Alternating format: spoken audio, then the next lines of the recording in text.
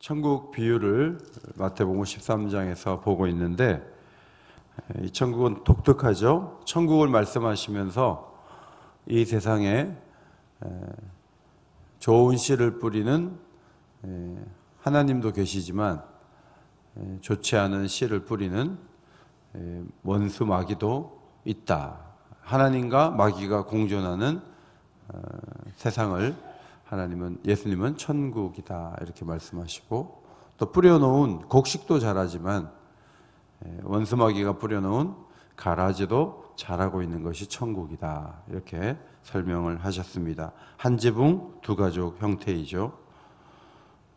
좋은 씨를 뿌렸는데 어떻게 가라지가 자랄 수 있습니까? 갑자기 종들이 놀라서 주인께 물어봅니다. 주인이 이미 다 아는 눈치입니다. 28절에 원수가 이렇게 하였구나. 하나님도 일하시지만 원수도 일을 한다는 것이죠. 원수 마귀도 자기 사람들을 세상에 심어 자라게 하는 거죠. JMS라고 정명석이라는 사람이 나쁜 짓을 많이 하다가 감옥에 갔는데 올해 그 사람이 출소된대요. 이 사람이 보통 젊은이들을 현혹을 많이 해서 서울대에도 mem버가 많았고 대학을 장악을 해가지고 엄청나게 일을 하다가 성추행과 성폭행으로 10년형을 언도받고 감옥에 갔는데 올해 이 사람이 나온다는 거죠. 근데 이단들은 감옥에 갔다 오든 말든 엄청난 유혹을 하고 또 젊은이들이 상당수가 빠질 것을 우려한다는 얘기를 들었는데, 정명석 같은 그런 존재뿐만 아니라 수많은 가라지들을 원수 마귀는 심어 놓았고 그들이 자라고 있는 겁니다. 그들이 하는 일이 41절 모든 넘어지게 하는 것과 불법을 행하는 것. 넘어지게 하는 일은 누구를 넘어지게 합니까? 예수를 먼저 믿는 우리들을 넘어지게 하려고 하고 불법을 통해서 세상에 어려움을 주는 그런 일을 원수 마귀는 오늘도 진행을 하고 있다는 것입니다. 여러분도 잘하지만 가라지들도 잘하고 있습니다. 이 가라지가 심판을 빨리 받아야 되는데 하나님께서 뭘 하시는지 심판을 미루시면서 손을 대지 않는 거예요. 그래서 어떨 때는 하나님이 안 계신가? 하나님이 무심하신가? 하나님이 생각이 없는 분이 아닌가? 하나님이 정말 권능이 있고 힘이 있는 분인가? 이런 의구심을 가질 때도 있습니다. 그런데 악이 선과 끝까지 동거하는 이유는 하나님의 깊은 생각에서 나온 것이다. 예수님이 그렇게 설명을 하셨습니다. 29절 말씀 같이 한번 읽겠습니다. 29절 시작. 가만두라 가라지를 뽑다가 곡식까지 염려하노라. 하나님이 참고 기다리시는데 그분이 인내가 크시기도 하지만 여러 가지 상황을 고려해서 그렇다. 곡식을 아끼기 때문에 그렇다. 그런 말씀이죠. 미국에서 지금 이제 올림픽 끝나면 코피 전략으로 북한의 길을 꺾어 놓자 이런 강력파들이 많다 그러죠. 싸울 때 코피를 한 대 탁 터뜨리면요 이미 기가 꺾여 피가 나니까 기가 딱 꺾여서 무릎을 꿇을 수 있다. 이제 그런 주장을 하는 거예요. 그래서 북한의 한두 곳을 갖다가 딱 치는 거예요. 그럼 북한이 감히 전쟁을 못할 거고, 야 미국이 말로만 하는 게 아니고 미사일을 정말 쏘네.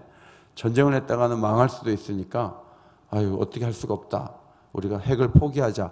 이렇게 생각을 바꿀 수가 있다는 계산을 하는 미국의 정치인들이 있다는 거예요.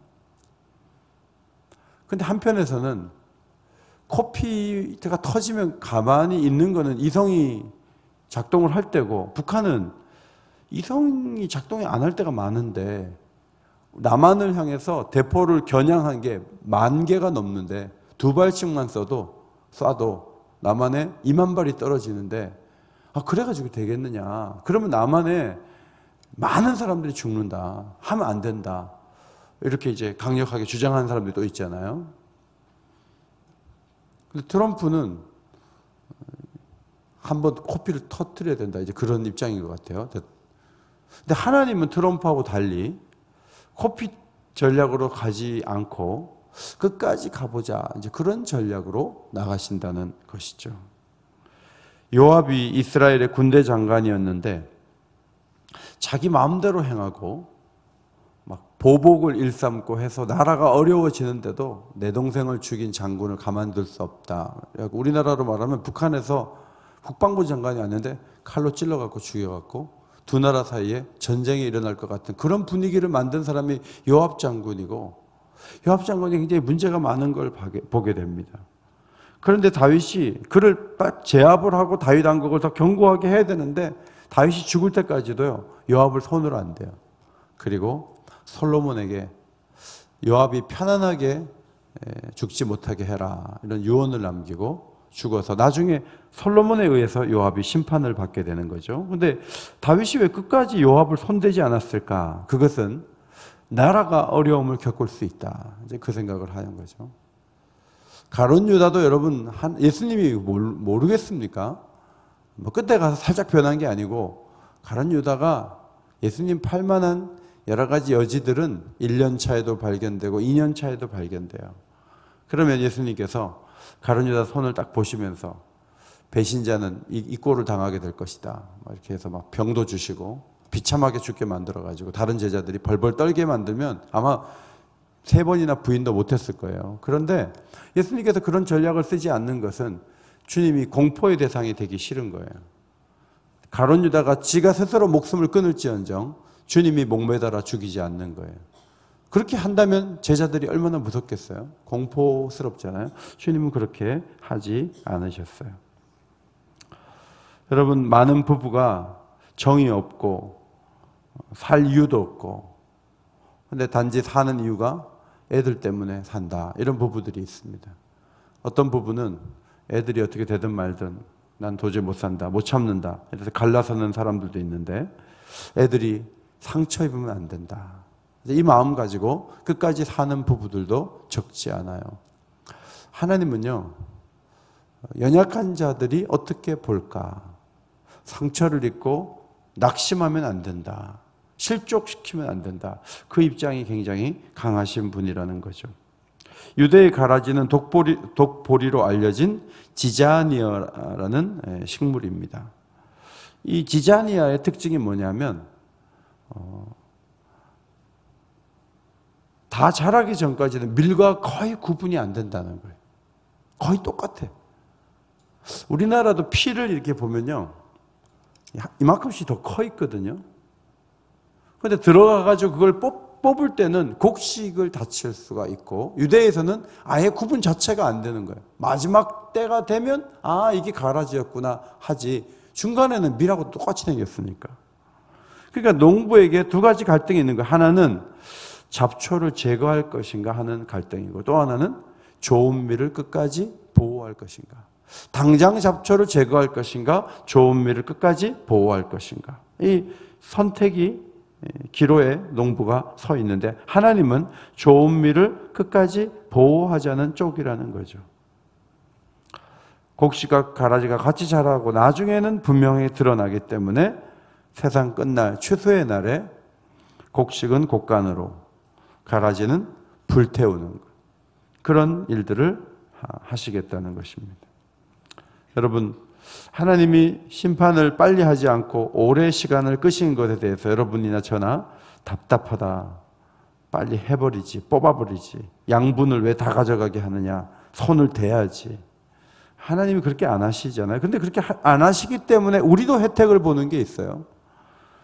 우리가 악한 부분이 있고 빗나간 부분이 있고 모자란 부분이 있잖아요. 근데 하나님께서 빨리빨리 징계를 하시는 분이면 우리가 얼마나 큰 어려움이 있겠어요. 그런데 우리에 대해서도 하나님은 동일하게 참아주시고 기다려주시고 변화되기를 염원하시면서 지켜봐 주시고, 하나님이 그 은혜가 우리에게도 흐르는 거죠. 예레미야애가 3장 22절과 29절 말씀입니다. 앞에 보시고 같이 읽겠습니다. 시작. 여호와의 인자와 긍휼이 무궁하심으로 우리가 진멸되지 아니함이니이다. 그대의 입을 땅에 티끌에 댈지어다. 혹시 소망이 있을지로다. 하나님의 인자와 긍휼이 크기 때문에 우리가 안 망하고 지금까지 있었고, 회개하면 소망이 있을 수 있기 때문에 늘 회개하는 것이 우리가 살아날 수 있는 방법이다 하는 것을 예레미야가 노래했던 것이죠. 예레미야 15장 15절, 주의 오래 참으심으로 말미암아 나로 멸망하지 아니하게 하옵시며. 하나님이 내 안에 있는 악과 나의 잘못에 대해 오래 기다리시고 변화되기를 바라고 기회를 주시는 분이십니다. 가라지로 중간에 심판하지 않는 그 마음으로 우리의 문제에 대해서도 기다려 주시는 것입니다. 탕자와 같은 아들이 재산을 달라 그러면 재산을 주는 어리석은 아버지, 밖에 나가서 다 탕진하고 언젠가 돌아올 것을 생각하며 매일 문 앞에 나와 기다리는 아버지, 돌아왔는데 종으로 삼지 않고 기뻐하여 잔치를 배설하고 가락지를 끼우고 즐거워했던 아버지, 그런 아버지이기 때문에 우리가 혜택을 보고 있는 것이죠. 역사를 보면 바울 같은 사람이 변화받고 하나님 나라를 위해 쓰임받았다. 이 바울 가라지거든요. 밭에서는 가라지가 절대로 곡식이 될 수가 없는데 가라지 노릇하던 사람들 가운데 하나님의 그 참으심과 기다리심 때문에 곡식같이 변화되는 사람들이 있는 거예요. 그래서 그 심판이 미루어지는 것은 굉장한 역사를 가져옵니다.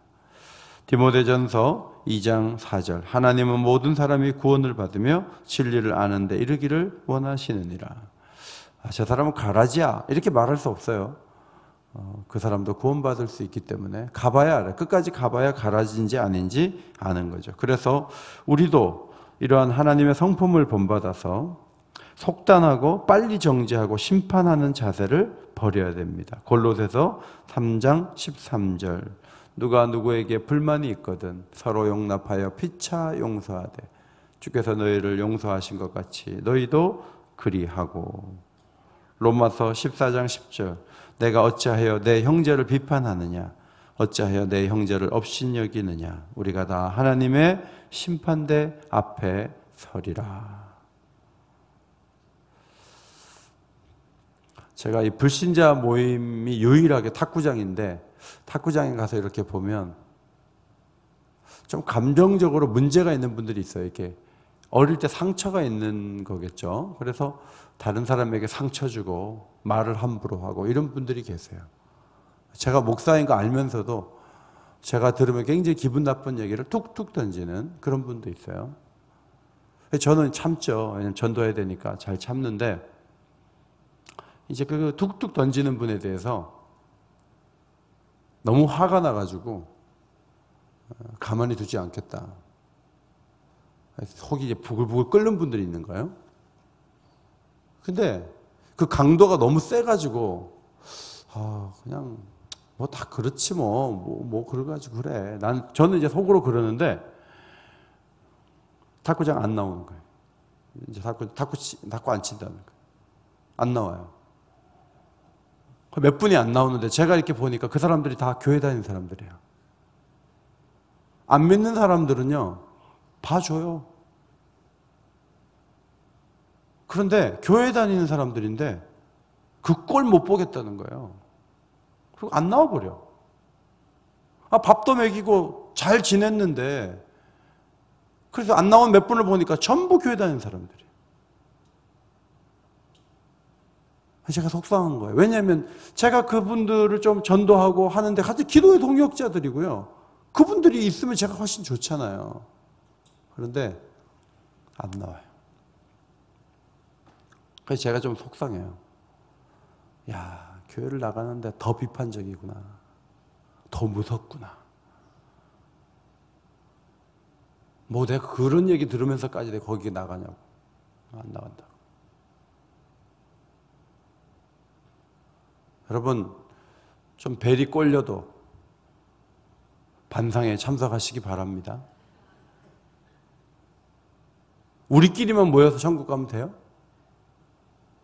안 믿는 사람들은 그럴 수 있다 생각하고 최종적인 목표가 그들을 구원하는 것이 돼야 되는데 내가 그 꼴 보려고 내가 안 나가버려. 이제 설이 다가오는데 설에도 안 가. 안 봐. 이게 굉장히 안 좋은 태도예요. 하나님이 그런 분이 아니신데 우리가 그렇게 하면 안 된다는 거죠.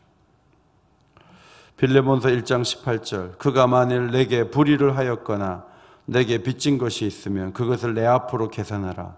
나 바울이 친필로 쓰노니 내가 갚으려니와 내가 이외에 내 자신이 내게 빚진 것은 내가 말하지 아니하노라. 오네시모와 빌레몬과 바울의 관계를 설명하는 말씀이에요. 오네시모라는 종이 도망을 쳐서 멀리 왔다가 바울을 만나서 전도를 받아서 예수를 믿게 됐어요. 근데 바울 얘기를 들어보니까 도망을 쳤단 말이죠. 주인에게서. 띄워주세요. 그래서 그것은 잘못된 거잖아요. 그래가지고 띄워주세요. 도망을 친 것은 잘못됐기 때문에 내게 빚진 것이 있으면 그것을 내 앞으로 계산하라. 이제 오네시모가 빌레몬 주인에게 잘못한 것, 이게 빚진 것이거든요. 그거를 나를 보고 좀 용서를 해줘라. 이렇게 얘기하면서 바울이 뭐라 그러냐면 너도 나에게 빚을 졌다. 무슨 빚을 졌는지는 내가 말하지 않겠다. 복음을 받은 빚이겠죠. 그러니까 오네시모는 도망침으로 빌레몬이라는 그 주인에게 빚을 졌고, 그 다음에 빌레몬은 복음을 받음으로 바울에게 빚을 진 거예요. 빚의 형태만 달랐지 다 빚이 있는 것은 마찬가지이기 때문에 용서하며 살고 기회를 주며 살고 이해하며 사는 게 맞다. 이 얘기를 아주 정중한 어체로 빌레몬서를 통해서 전해주고 있는 것을 볼 수가 있습니다. 여러분은 가라지입니까? 곡식입니까? 스스로 나는 곡식이지. 이제 우리가 그렇게 생각하지만 이 비유를 잘 보면 추수 때에 가봐야 알아요. 추수 때까지는 가라지인지 곡식인지 모르는 지자니아라는 독보리의 형태를 말씀하셨기 때문에 추수 때까지 가봐야 돼요. 판단은 나중에 하는 거예요. 권력을 가지고 있을 때는요, 다 합법이에요. 근데 권력이 힘이 끝났을 때는 불법이 많은 거예요. 그러니까 불법인지 합법인지는 권력이 끝나봐야 아는 거예요.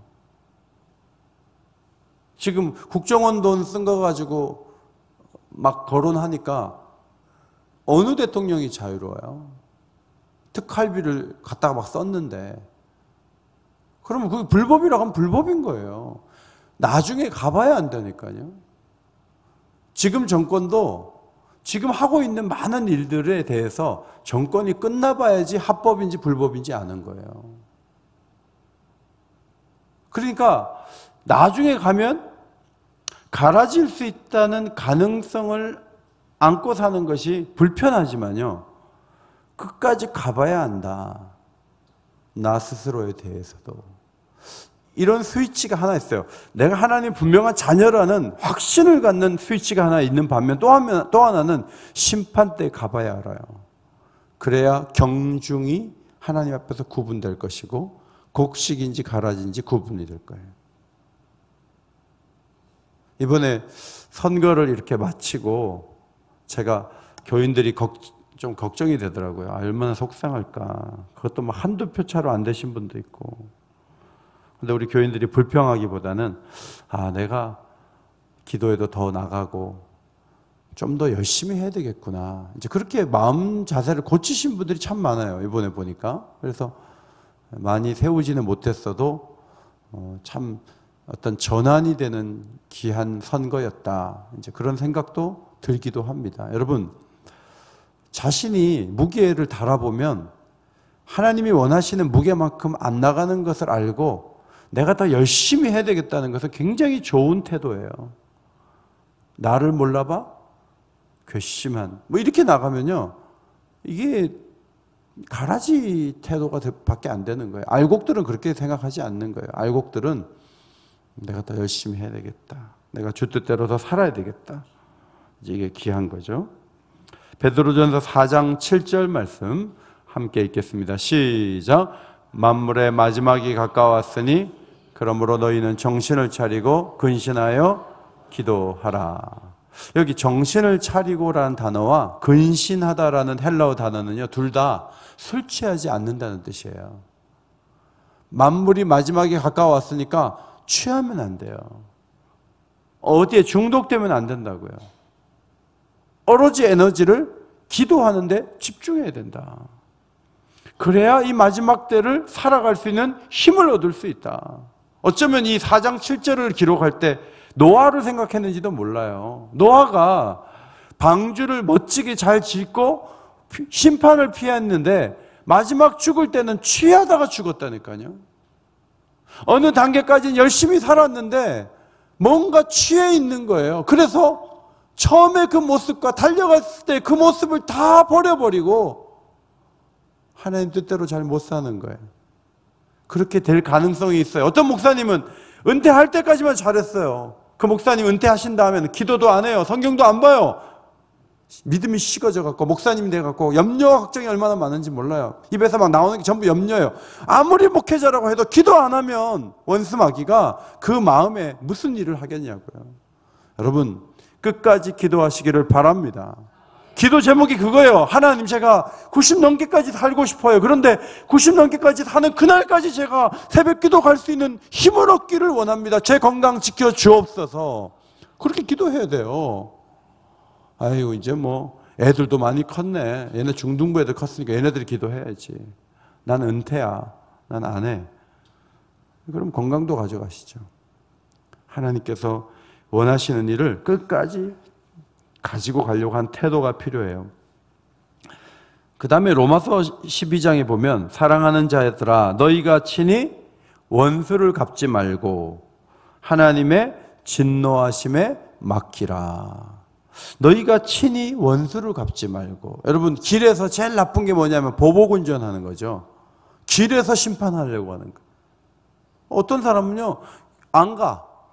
골탕 먹이려고 버스 앞에 딱 서가지고 이 자가용이 안 가요. 버스가 가야 되는데 후진했다 피할 수도 없고 버스가 막 크락션 눌러요. 근데 버스 때문에 내가 하마터면 큰일 날 뻔했다 그래서 앞에 딱 세우고 1분 정도 안 가. 그래서 버스 기사가 내리려고 그러면 또 출발해. 골탕 먹이는 거예요. 여러분 길에서 그렇게 하는 게 얼마나 안 좋아요. 막 시속 140km로 쫓아가고 그래서 길에서 자기가 심판하겠다는 거예요. 여러분 그게 얼마나 위험천만해요. 법적으로 할 수 있게끔 다 넘겨야 돼요. 그리고 길에서 운전자가 또 다른 운전자를 심판하면 안 돼요. 마찬가지예요. 우리 인생사에서도 내가 심판자가 되려고 하면 큰 문제가 올 수가 있어요. 정말 조심해야 돼요. 남편이 좀 마음에 안 들고 보복하고 싶은 마음이 들어도 부인들이 끝까지 참는 게 그게 좋은 거예요. 아프리카를 갔더니 부부간에도 화가 나면요 독을 먹이는 거예요. 독을 서서히 먹여서 서서히 죽이는 거예요. 나중에 보면 독살이에요. 누가 그러냐? 부인이 그렇게 한 거예요.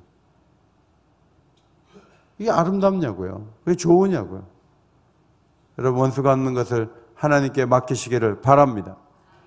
내 손으로 하지 마세요. 내 손에 피를 흘리게 하지 마세요. 나발이라는 사람이 너무 못된 사람이에요. 그 양을 다 지켜주고 도와줬는데 음식 좀 달라고 하니까 양털 깎는 때 음식 달라고 사람을 보냈더니 빈손으로 보냈어요. 다윗이 누구냐? 이새의 아들이 누구냐? 이러고 있어요. 다윗이 죽이려고 400명을 데리고 올라가는데 아비가일이라는 그 나발의 부인이 어리석은 자다. 왕이 되실 분이 친히 손대지 마라. 하나님이 하신 걸 봐라. 막아줬어요. 그래서 다윗이 설득당해갖고 보복을 하지 않았거든요. 나중에 하나님이 나발을 죽이시죠. 나발을 심판하시는 거예요. 그리고 다윗은 참는 사람이 된 거예요. 그것이 얼마나 귀한 거예요. 19절은 하나님께 맡기면 되는데 20절이 좀 어렵죠. 20절 같이 읽겠습니다. 시작. 내 원수가 줄이거든 먹이고 목마르거든 마시게 하라. 그리함으로 내가 숯불을 그 머리에 쌓아 놓으리라. 잘해주라는 거예요. 잘해줘서 고개를 못 들게 만들어 놓아라. 사랑으로 대해라. 가라지처럼 보이는 사람이 있습니까? 망하도록 기도하지 마시고 잘해주세요. 심판은 누가 한다고요? 심판은 누가 해요? 경찰이에요? 누가 해요? 하나님이 하셔요. 하나님께 맡기세요. 김정은이를 죽이려고 특공대를 보내지 말고 김정은이가 동맥경화로